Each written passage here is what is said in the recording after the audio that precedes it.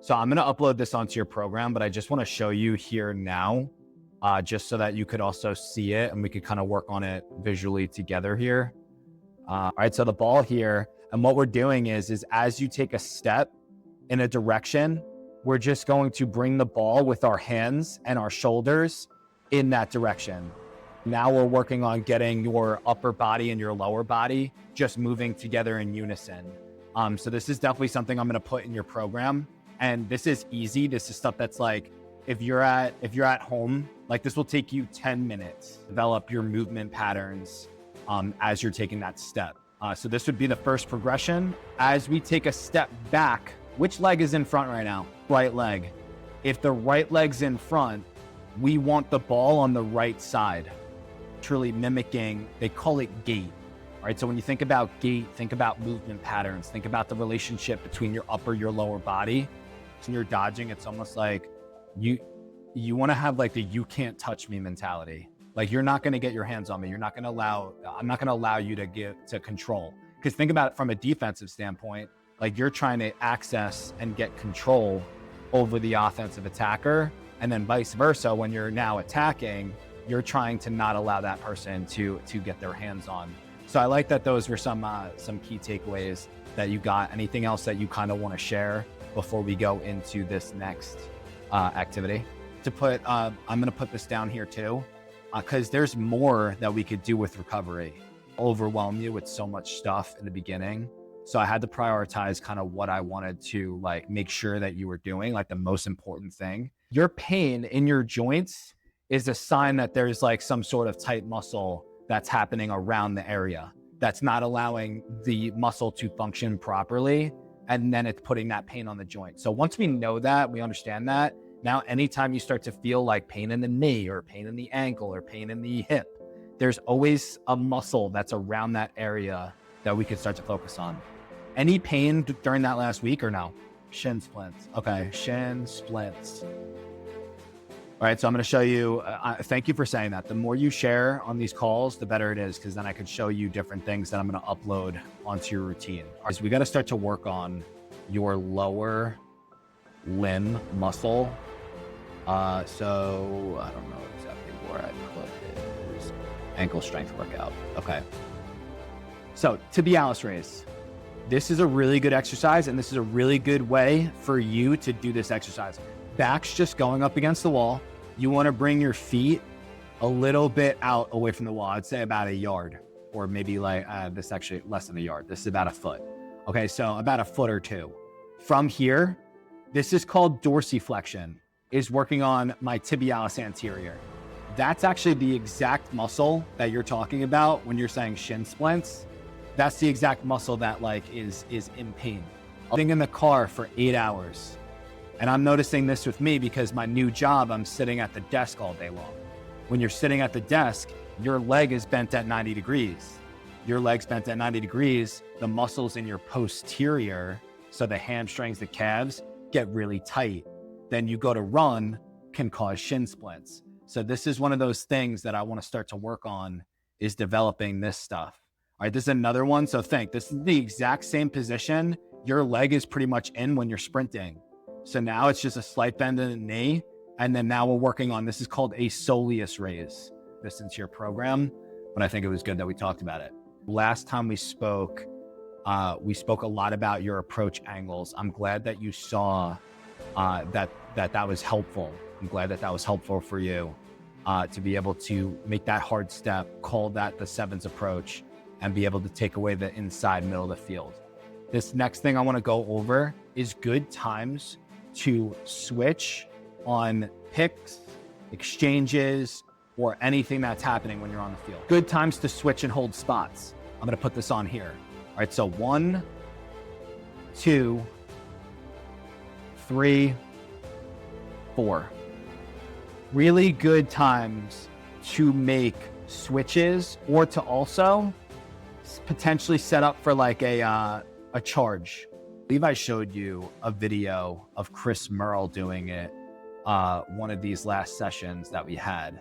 Think about this as, instead of you aggressive switching and throwing this check, you coming off the screen and setting your feet and creating charge opportunities. The offensive personnel wants to run off the pick's shoulder. So since you know that, you could hide behind the pick, and then as this is coming out, it's a timing thing, just like shooting, just like anything else. As this person's coming off the screen, jumping out, setting your feet, that would be a really good way for you to cause turnovers. Causing turnovers is so fun. Do you have any questions on this stuff? Setting charges, aggressive switching, and being able to put the ball on the ground.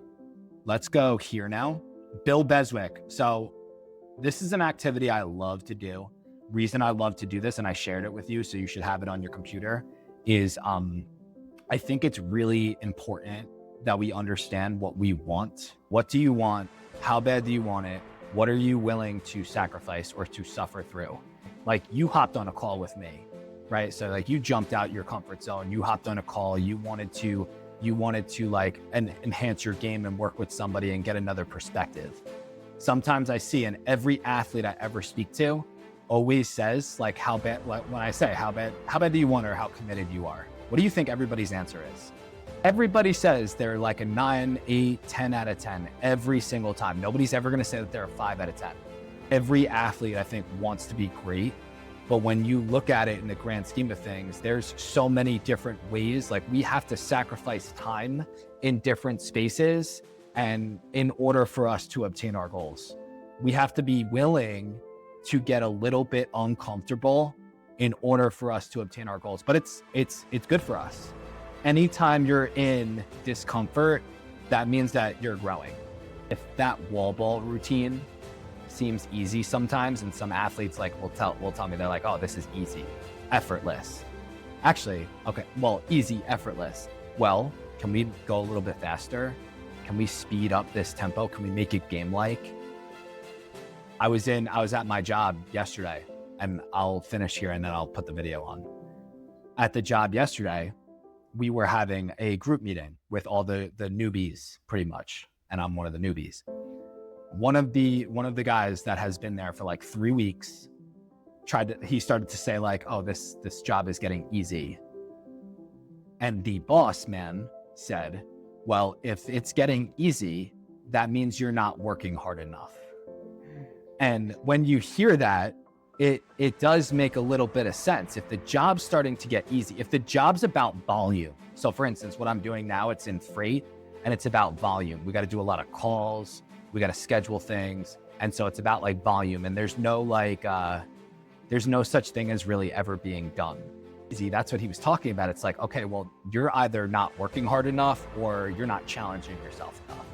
So that goes back into our training as athletes. It's like, if it's starting to get easy and comfortable and repetitive, well, now we got to spike it up. Now we got to do something different. We either got to increase volume, we got to do a little bit extra, we got to figure out something that's going to make us a little bit more uncomfortable so that we could grow a little bit. Does that kind of make sense?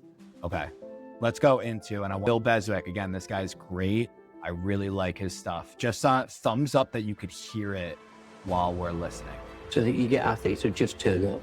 They'll do the requisite amount of work, but that's it. Athletes will turn up. Just a little bit of an understanding of who this guy is. So he's a sports psychologist, and he's worked with athletes his entire life. He's 80 years old now. He actually has Parkinson's disease.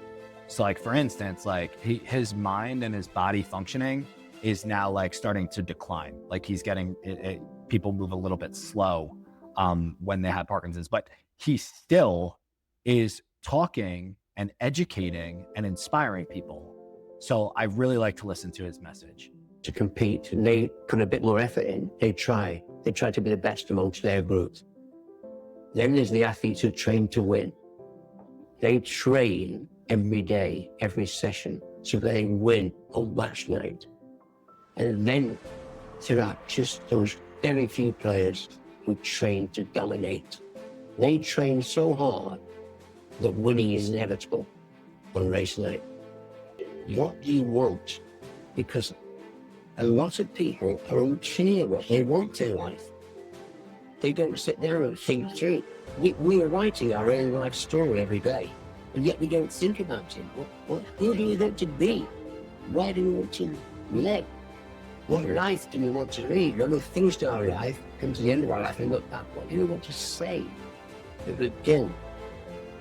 So, what do you want is a very powerful question. It's simple, right? It's like he's talking about like, what do we want? We think that like that's like a simple question. Sometimes it's hard to really say like, well, what is it that I actually really want out here? But that's the foundation. So once you have that idea of like what you want, what you're striving for, everything else kind of pieces itself together. But that first question is really important. Then, if an athlete says, I want to be the best, then fine. How badly do you want it? Because you've got to pay a price to be the best. The best pay a big price. You've got to work harder, you've got to commit more, you've got to take more responsibility, you've got to deal with more ups and downs. And if you can deal with that question, how much you need to suffer? Because I know gold medal champions, and they suffer every day. They work enormously hard. They sacrifice enormously to get their success. So to go into that a little bit before I replay the video again. So something that he's talking about is like, how badly do you want to be your best? I like to say. And it's like, it goes back into your choice. So like every day it's like, oh, I want to be my best. But then if I have a choice of whether or not to go to sleep earlier or watch an extra TV show, like my choices dictate how bad I actually want what I'm trying to strive for. And it's not always easy. Sometimes it's challenging. It goes back into like, and he's talking about, how much you're willing to suffer, but it's not always suffering, because we have to see it as something that's a process and something that we enjoy. And there's so many different areas of it. There's so many different areas. When you think about the amount of different areas it takes to develop a complete athlete, what are some areas that pop up into mind? Right now, just us speaking, we got strength, mindset, leadership, physicality, speed, skill, IQ, so many things, recovery. And I'm sure that there's more, but there's so many different areas of being an athlete. And that's why, like, when people think in the old school way of being is like, people thought just being an athlete just meant, oh, I got to train so hard. I got to work so hard. It's not just working hard. It's also working smart. It's working in each area of being a complete athlete so that like you can show up and feel your best. Imagine being able to build an app with your name on it just by thinking about it. Meet Base Imagine 44. you could build an app by thinking about it. It's interesting. I've got Parkinson's disease, so getting up in the morning is not so easy for me. Getting dressed is not so easy. I have to make a decision. Am I going to be a fighter today, or am I going to be a victim? The great phrase, genetics deals the cards, environment plays the hand. So genetics and your background just influence your disposition to success in various activities. Another great thing I wrote once was, there's 1,000 excuses, but not a single reason. I did that with Bristol Bears rugby this season, and loved it. When you step into the challenge zone, the number of excuses for getting out back into your comfort zone from there multiplies. I'm too tired. It's too difficult. I'm having a bad day. Nobody likes me. And so I would teach them to face up to those excuses and refuse to be a victim. And teach them the fighter mentality about all those things may be there, but I'm still going to do it. So 1,000 excuses, but not one reason to achieve. And even if you don't achieve at the highest level, you may not have the same genetic disposition as somebody else. But there's an awful lot of players playing in the Premier League football in this country who are big for talent, not quite as genetically superior, but A for attitude.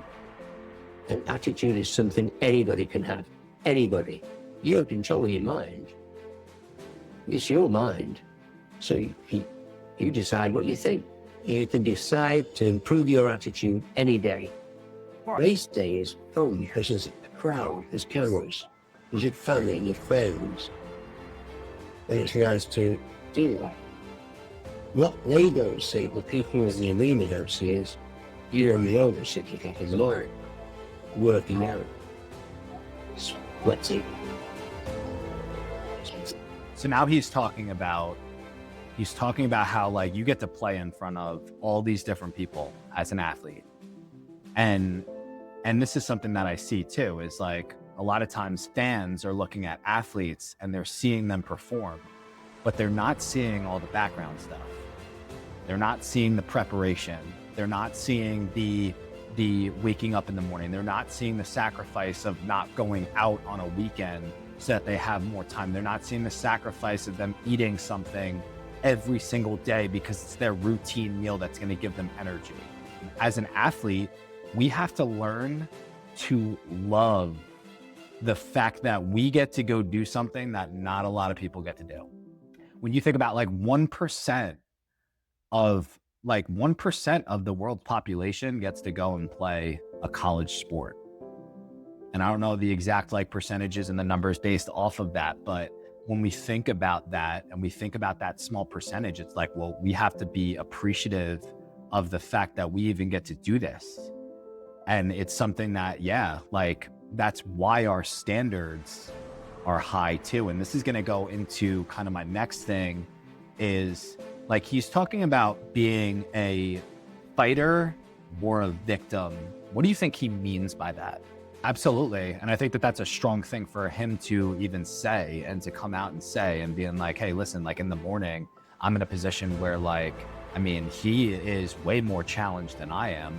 And yet he's getting up and he's fighting. That's his mindset.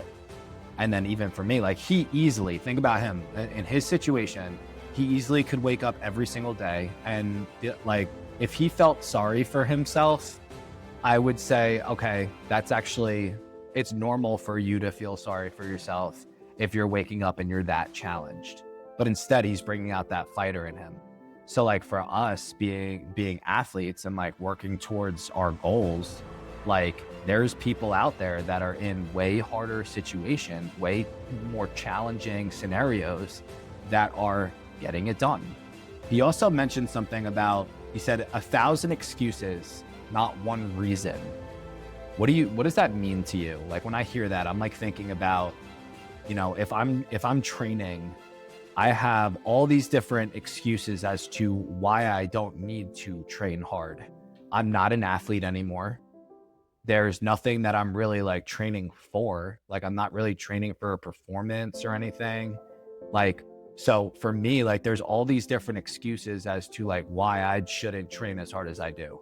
But there also isn't one reason why I shouldn't, besides I'm not trying to become my best self and I'm being lazy. So like, what does that kind of mean to you when he says 1,000 excuses, not one reason? What kind of pops up into mind? And not in your comfort zone. So obviously those excuses want to come out and they want to try to deter you from actually putting in that effort. You know, they're like, hey, listen, like, why don't you stop? It's easier for you to stop. It's easier for you to do this. It's easier for you to, instead of you training, it's easier for you to sleep in an extra hour. One day doesn't mean anything. But if you do that multiple times, and that's something that like I actually see a video sometimes, or there is a video out there that I've seen in the past where it's showing the difference in the consistency of sleeping an extra hour in the morning versus getting up an extra hour earlier and training. And it's showing the differences between the two and how they stack up over time. That day means absolutely nothing, but the stack up over time, whether you choose to sleep in for that extra hour or you choose to train that extra hour, there's going to be differences in the two. So I think understanding that is something that's really important and beneficial. And then obviously approaching it with that fighter's mentality that he talked about. Okay, I do want to finish this video because I think it's powerful. Do you like it so far? Thanks. That's what makes champions, the ability to motivate yourself, do the work on the end, whether it leads to success or more. There's the physical elements. You've got to take care of your strength, speed, stamina, nutrition, sleep, health. You see how he's diving into the area, like we've mentioned areas before. Now he's talking about them. To technical elements.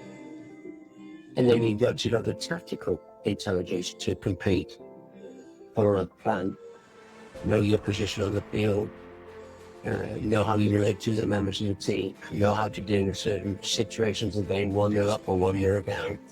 And then there's the mental element, yes, building the confidence and belief that you are a champion, that you can do this. It's that.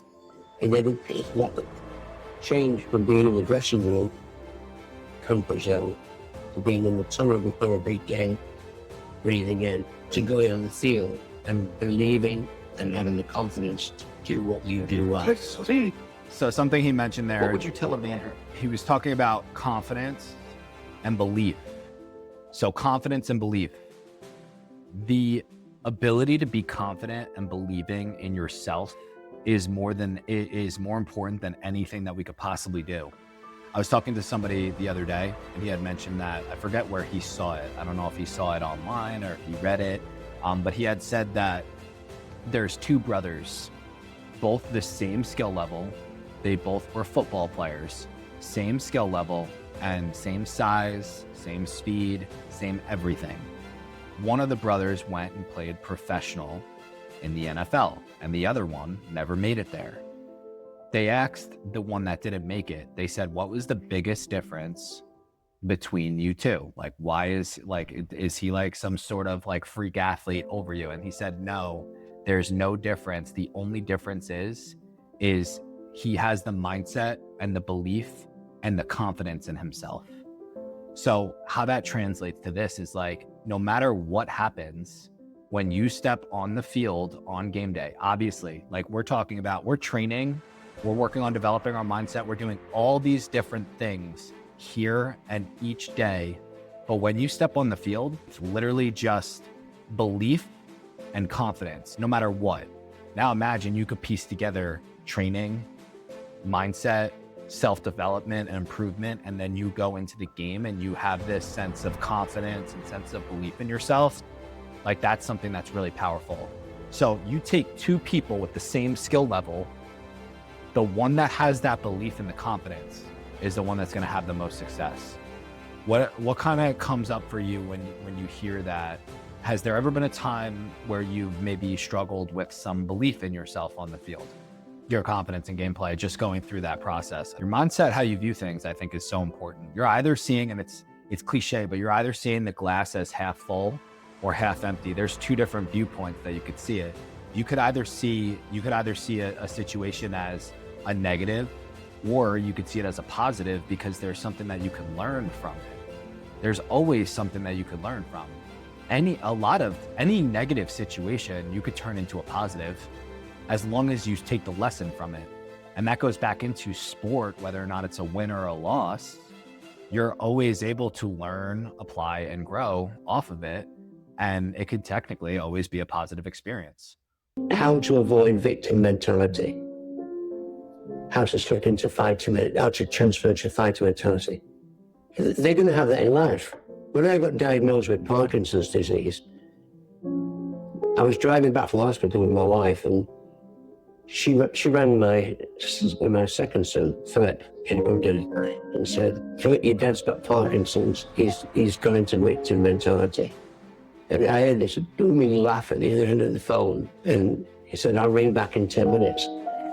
And he rang back, and he and his wife, Haley, Googled Parkinson's, researched it, and said, "Dad, we'll be up this week." It was Thursday, and he said, "We'll be up this weekend with the boys. We'll have a family action plan meeting on handling Parkinson's." Go straight back into fighter mentality. So there's a very big crossover between situations in sport to situations in life. I mean, in a sense, we're all high performers. We all step up every day to earn a living, to maintain relationships, to take the responsibility of owning property, to raise children, we're all high performers. So the lessons with my high performers in school carried actually to earth. It's quite difficult actually, because I deal with intangibles, they're non-measurable. So it's very hard for me to say, I really helped that kid. But I get an instinctive feeling that maybe I did help. So I think it's hard for me to say out loud publicly that I really influenced that athlete's career, because of the intangibles, belief, confidence, issues like raising your bottom line.